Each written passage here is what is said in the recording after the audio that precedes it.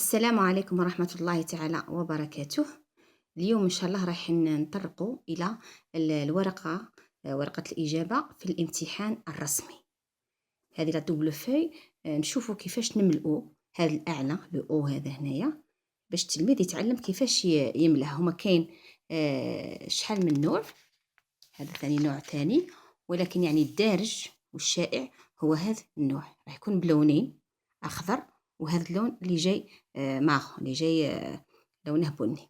دونك التلميذ ها شوفوا هنايا عندنا الجمهورية الجزائرية الديمقراطية الشعبية، وزارة التربية الوطنية، الديوان الوطني للامتحانات والمسابقات. الإدارة عندنا معربة، يعني حتى في اللغة الفرنسية هذا الأعلى يملأ باللغة العربية، يعني المترشح يملأ هنا يكتب باللغة العربية. عندنا امتحان واش كما هنا عندنا نهاية المرحلة الابتدائية. دورة جوان 2021. الشعبة هنا مكانش لأنه خيماغ. اختبار مادة، هنا تكتب المادة اللغة الفرنسية مثلا، كما أنا نتكلم عن اللغة الفرنسية نكتبوا اللغة الفرنسية، اللي يتكلم على اللغة العربية يكتب اللغة العربية ولا الرياضيات. اليوم هنا تكتب اليوم نيشان، يعني اكزاكت 2 جوان 2021. ومنا عندنا اللقب هو لو نون والاسم تحته، يعني حتى التلاميذ اللي متعودين باش يبداو بالاسم في الاعلى في لي دوبل فاي هذوك اوردينير، لا هنا يبدا باللقب تاعه ومن بعد الاسم. هذه باش تنبهوا ليها اولادكم. وعندنا هنا تاريخ ومكان الميلاد، هنا يكتب التاريخ تاع مكان الميلاد، تاريخ ميلاده والمكان. نجو لهنا لهذه الخانه. هذه الخانه فيها رقم التسجيل. واش هو رقم التسجيل؟ رقم التسجيل هو لو كود اللي تعطى له في لا كونفوكاسيون تاعه، اللي يقسموا عليهم هذو الاستدعاءات باش يفوتوا الامتحان. من يخرجوهم راه يجي واحد لو كود، هذاك لو كود يكتب بعنايه، والحراس هما اللي يراقبوه. صحيح راه يكون هذا الكود في الطاوله، يكون ملصوق على طاوله التلميذ ويكون في الاستدعاء نتاعه ويراقبوه. هنا إمضاء المترشح، هنا كل تلميذ يمضي هنايا إمضاء بسيط، ça veut dire la signature فقط. هذا المكان خاص بالحراس، اسم وتوقيع الحراس، هذو اللي يقوموا بالحراسة، يعني الأساتذة اللي يحرسوا هما، يعني التلميذ خلاص المهمة نتاعه انتهت.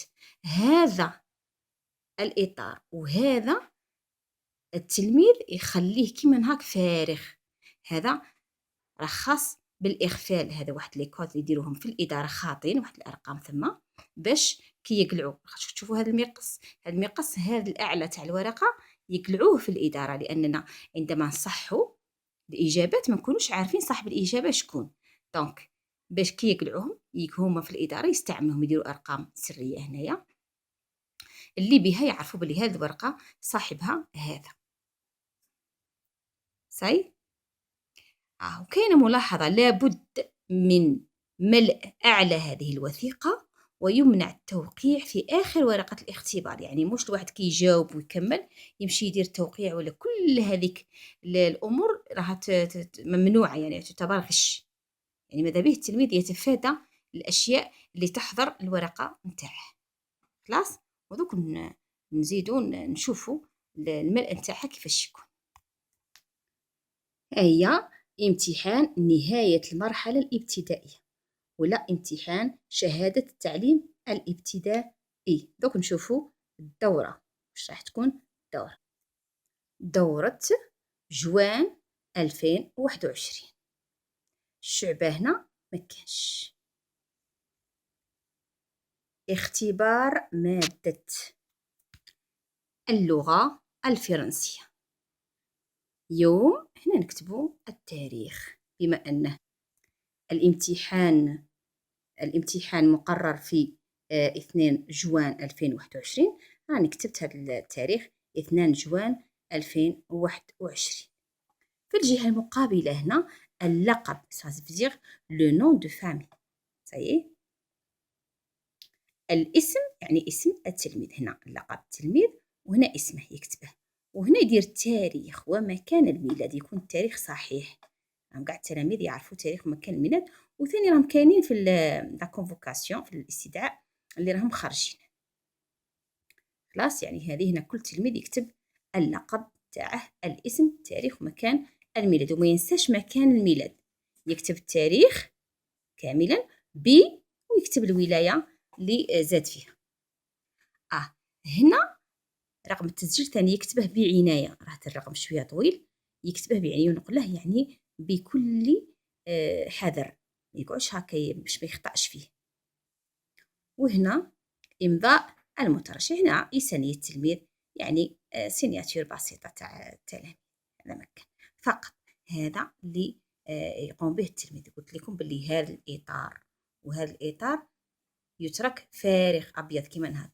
هنا اسم توقيع الحراس ثاني خاطيه، هنا الحراس كيكملوا ويشوفوا، راهم الحراس اصلا هنا ما يخافش التلميذ ولا الاولياء يقول لك بالك ولدي ينسى ولا ما عرفش ولا، راهم الحراس يعني عندهم ثاني هما تعليمات باش يراقبوا رقم التسجيل، الاسم، اللقب، تاريخ مكان الميلاد، يعني كل المعلومات هذه تاع التلميذ، يعني ما تخافوش يا اولياء، كلش راه تحت السيطره كما يقولوا.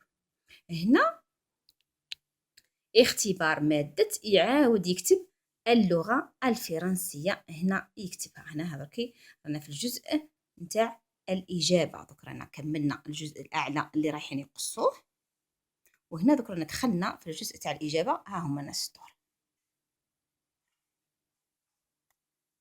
ها هي اختبار مادة اللغة الفرنسية عادي صحيح. هنا كما فهمتكم، هنا يعني هنا يكتب اللقب والاسم وتاريخ مكان الميلاد ورقم التسجيل. هذه اللي خليتها فارغ لأن كل تلميذ عنده باش يكتب اسمه الخاص، لقبه، تاريخ مكان الميلاد ورقمه تاع التسجيل. ونبداو كما راكم تشوفوا الورقة هذه راها تفتح من جهة تاع الفرنسية، شوفوا هذه الورقة تاع الفرنسية صحيح. هنا يبدا التلميذ يجاوب، خلاص الإجابة، وماذا به يكبر يعني الحروف، ما يصغرهمش بزاف باش يكونوا مقروئين، يعني تكون الكتابه مليحه واضحه، يخلي المسافه بين الكلمه والاخرى، يعني يليق يريح المصحح. قد ما كانت الكتابه ليزيبل يعني مقروءه، قد ما المصحح يعني يكون الاز، يكون في التصحيح تاعه ما يتخبنش، وبالتالي التلميذ تكون نقطته مليحه باذن الله. بالاضافه لهاد لا دوبل في تكون اون في دو برويان، ورقه تاع محاولات ولا وسخ. هاد الورقه يكون لونها يشبه لهذه، يعني يكون ماغون كيما هكا، والورقه الاخرى تكون ثاني ورقه مغايره، يعني هما رايحين يديروا طاوله بطاوله، لون في طاوله، الطاوله المواليه يكون عندها لون اخر. هذه من اختصاص الحراس، هما اللي يوزعوا الاوراق. وجبت معايا ان سوجي، هو غير سوجي هكا باللي كوم كوا هذا هو لو سوجي راه عند التلميذ، راهم كيعطوه لو سوجي، هذا هو. ها هي ورقه الاجابه، وتكون ورقه المحاولات، هنا راه ما عنديش، ما وجدتنيش باش نجيبها. تكون ثاني هي قلت لكم بنفس اللون مقارب لهذا. يبدا التلميذ، يبدا ماذا به التلميذ نصف ساعه الاول يفوته مع لو سوجي ولا في دو برويون، ما يدخلش مباشره ويبدا يكتب هنايا، خلاص يعني لا دوبلو في هذه يخليها مازال باش يكتشف واش راه كاين، يشوف افكاره ينظمهم، الى اخطا معليش كل هذا الشيء راح يروح في الورقه تاع المحاولات هذيك في لا في دو برويون. الى سحق طبعا راهم الحراس يمدوه باوراق اضافيه. ويبدا بون راه عندي هذا التكست، وهنا عندي كومبريهنسيون دو ليكري، وعندنا 1 2 3 4 5 6، il y a 6 questions plus هذا grand 1 هنايا grand 2 la production écrite. alors هذه 1 2 3 4 5 6 ce sont les questions de compréhension. هو كيمشي في لا دوبل في ماذا به المصحح يكون عارفه وين راه، يعني il faut localiser ses réponses. مثلا يبدا يكتب compréhension de l'écrit، هذه compréhension de l'écrit يبدا بها هنا التلميذ. alors après la lecture du texte يقراه au moins 3 fois، 3 خطرات صحيح. شوفوا يكتب la compréhension de l'écrit. donne un titre au texte، يعطي دون نعرفوها لا كونسين، يعطي عنوان للنص. ها هو le texte. Alors le titre ou bien l'inondation tout court ou bien une catastrophe naturelle اللي دارها في هذو زوج سي جوست. alors كيفاش يجاوب؟ كتب compréhension de l'écrit باش يخبرهم باللي راه هنا la compréhension de l'écrit. Je donne un titre au texte. Alors le titre c'est quoi? L'inondation. 2. Réponds أجيب par vrai ou faux. صحيح أو خطأ. وعطاوه 3 phrases. هنا توجور هذو dans le texte bien sûr.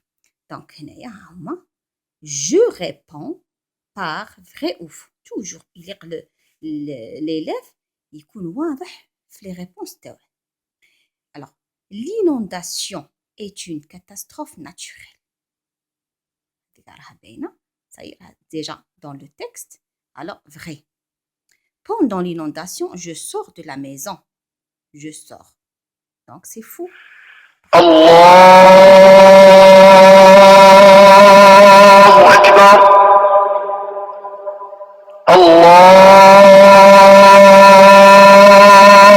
الله أكبر. أشهد أن لا إله إلا الله.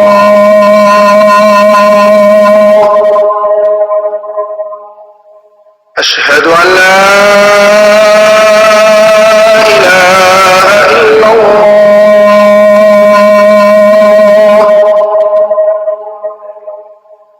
أشهد أن محمدا رسول الله.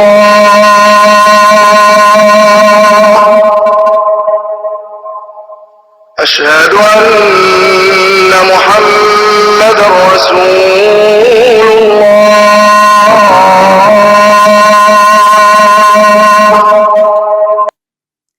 أشهد أن لا إله إلا الله وأشهد أن محمدا رسول الله. نكملوا مع بعض. pendant l'inondation, je sors de la maison. C'est faux. C'est parce que pendant l'inondation, je reste à la maison. Je ne sors pas de la maison. Les pompiers donnent des informations utiles. Vrai. Alors, هادو أنا اختصرت باش ما نطولش لكم لا فيديو. هادو سي دون لو تكست. كي نشوفوهم هنايا نعرفوا باللي هاد لي كيسيون لا ريبونس تاعهم راه هنايا. صايي. هاهما كيما هذه هاي وينه. Les pompiers donnent des informations utile. Vrai. Cet événement, l'événement c'est l'inondation, est une catastrophe naturelle, etc. Il faut tout donc la troisième question. Relève du texte un adjectif qualificatif. C'est-à-dire c'est dans le texte. On va chercher un adjectif qualificatif. Donc, je tourne la page. عندنا هذا المساحة هنا هذه البلاصة هذا المكان ما يكتبش فيه التلميذ لأنه شوف راكم تشوفوا المقص هذا راح يروح مع لا بارتي هذه الفوقانية.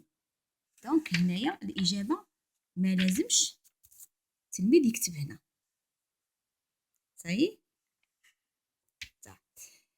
نزيدو هنا التلميذ ماذا به ما يكتبش كاع هنا يلصق باسكو ممكن الإجابة تروح في التنقاص ولا دائما يخلي سطرين يكتب في الثالث يعني قد ما هو أحسن. نشوف 3.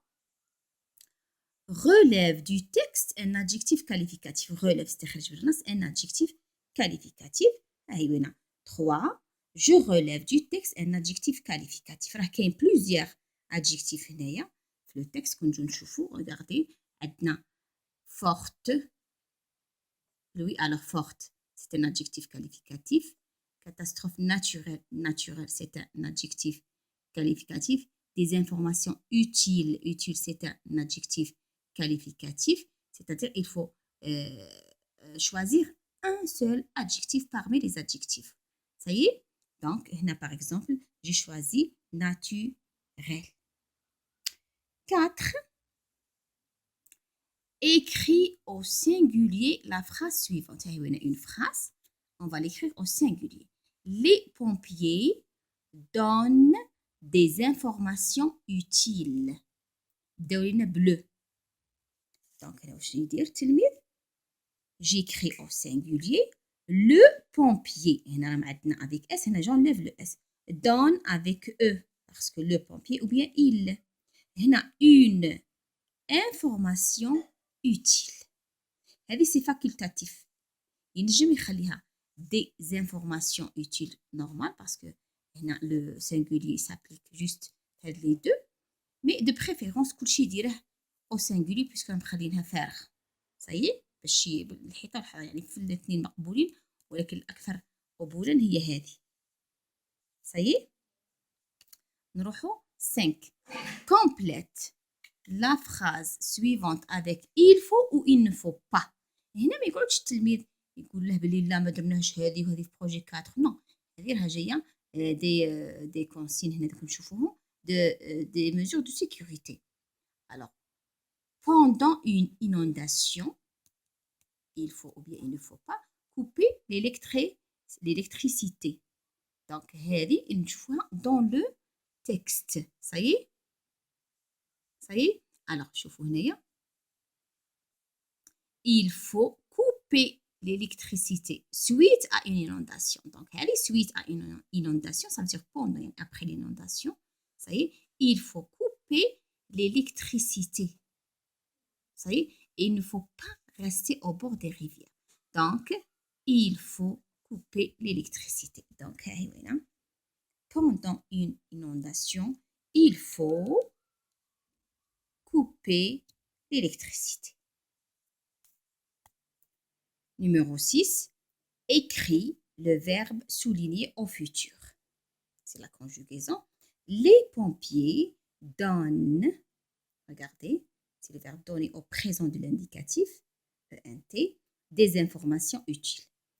Les pompiers, point, des informations. Le pompier, point, des informations. Alors, on doit conjuguer le verbe donner au futur avec les pompiers ou le pompier. حاجة اللي لازم التلميذ يعرفها قلنا بدي les pompiers ou bien il avec s, le pompier ou bien il.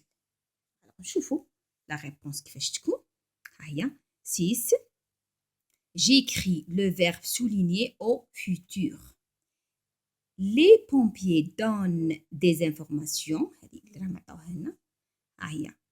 Les pompiers alors donneront. Je mets l'infinitif du verbe, c'est le verbe donner, l'infinitif, puis j'ajoute ONT. Donneront des informations. Puis on dit le pompier donnera des informations. Donc je prends la production écrite. Alors le support, je rigole. Écris un paragraphe de 4 phrases pour présenter le métier que tu choisiras quand tu seras grand. Emploie le futur et la première personne du singulier. Aide-toi du tableau suivant. Le tableau, c'est la boîte à outils. قال لنا بلي كتبوا باراغراف يتكون من 4 جمل باش تقدم لنا المهنة اللي تختارها من تكبر. Quand tu seras grand. ومن بعد توظيفات le futur, on doit mettre les verbes au futur. Puis la première personne du singulier اللي هي je. Donc, نشوفوا لي نون اللي معطيهم لنا عطاونا بومبي كازيرن كاميون. alors بومبي هو رجل الإطفاء. لا كازيرن هي الثكنة اللي يكونوا فيها. لو كاميون شاحنة. لومبولانس سيارة الإسعاف. إيشيل سلم. لي في الأرواح. لي بليسي الجرح. alors les verbes هنا راهم à l'infinitif on va les mettre au futur. قال لك mais les verbes au futur. واللي نسحقوه باش نديرو باغ اكزومبل ان كومبليمون دو بوت هنا ما راهش مطلوب بصح من الاحسن نديروه نوظفوه. صحيح هذا موش سوجي تاع اكزامان ولا هذا غير سوجي خيرته قلت غير باش نديرو لابليكاسيون تاعه هنا. دونك être serait نقولو je serai toujours. هنا لي فيرب نديرو معاهم لو برونون بيرسونيل je ونكونجيغوه. ça y est je serai, j'aurai, je travaillerai, j'utiliserai. ça y est هنا عندي aimer, sauver, transporter. نجمو par exemple هذه نديرو j'aimerais ce métier ولا j'aime ما عليهاش ce métier ولا pour sauver تكون على l'infinitif ولا pour transporter. دوك نشوفو l'application تاعها. entre واش راه عندي grand un adjectif dans préposition le les déterminants les articles définis et c'est un mot de liaison quand c'est un adverbe temps وعندي لا c'est un déterminant c'est un article défini. alors رايحين نشوفوا تعبير بسيط اللي رانا خادمين عليه بزاف التلميذ راه عنده فكره مليحه رايحين نشوفوا. Et voilà la production écrite. On dirait une production écrite de 4 phrases, c'est un paragraphe. تاع التلميذ يعني متوسط يعني تاع التلاميذ بسطاء. Ça y est, alors نبدو هنا نخلو l'espace blanc. Quand je serai grand, هذه نديناها le support. Ça y est, قال لك un métier que tu choisiras quand tu seras grand. Quand je serai grand, je serai pompier pour sauver les gens. Point. Tu vois, majuscule, point. Ça, c'est la première phrase. Pour sauver les gens, c'est un complément de but. La deuxième phrase, je travaillerai dans une caserne de pompiers. Point. Troisième, j'utiliserai le camion et l'échelle. Il est libre. Hein? Et s'il veut changer, par exemple, il dit n'importe quoi. Ambulance, l'eau aussi. Je serai un bon pompier. Ça, c'est la phrase de clôture. Je serai un bon pompier. هنا رانا نشوفوا il n'y a pas une phrase d'ouverture الاولى تاع الكاتاستروف ناتورال باسكو كون نشوفوا هنا في لو سوجي واش قالوا لنا واش قال لك écris un paragraphe de 4 phrases pour présenter le métier que tu choisiras quand tu seras grand. هنا ما ذكرناش لا كاتاستروف ناتورال ولا كاش حاجه باش نقولوا نبداو بها. alors directement بدينا quand je serai grand. هنا نجي نشوفوا les verbes est-ce que درناهم au futur parce que طالبين le futur je serai هنا je peux changer dire je voudrais être pompier صح ثاني je serai مقبولة جدا. ça y est هنا pour sauver à l'infinitif parce qu'il est le verbe il est employé après la préposition pour. Je travaillerai le futur avec le pronom personnel je dans une caserne. J'utiliserai je serai un bon pompier ou là je serai un pompier courageux un adjectif. نجو par exemple le pronom personnel je parce que employer la première personne du singulier هاي bien employé وهذه هي les 4 phrases simples. هكا كملنا. نجو نشوفوا التلميذ شحال استغل من الدبلو في تاعه. ها هي la première partie شوفوا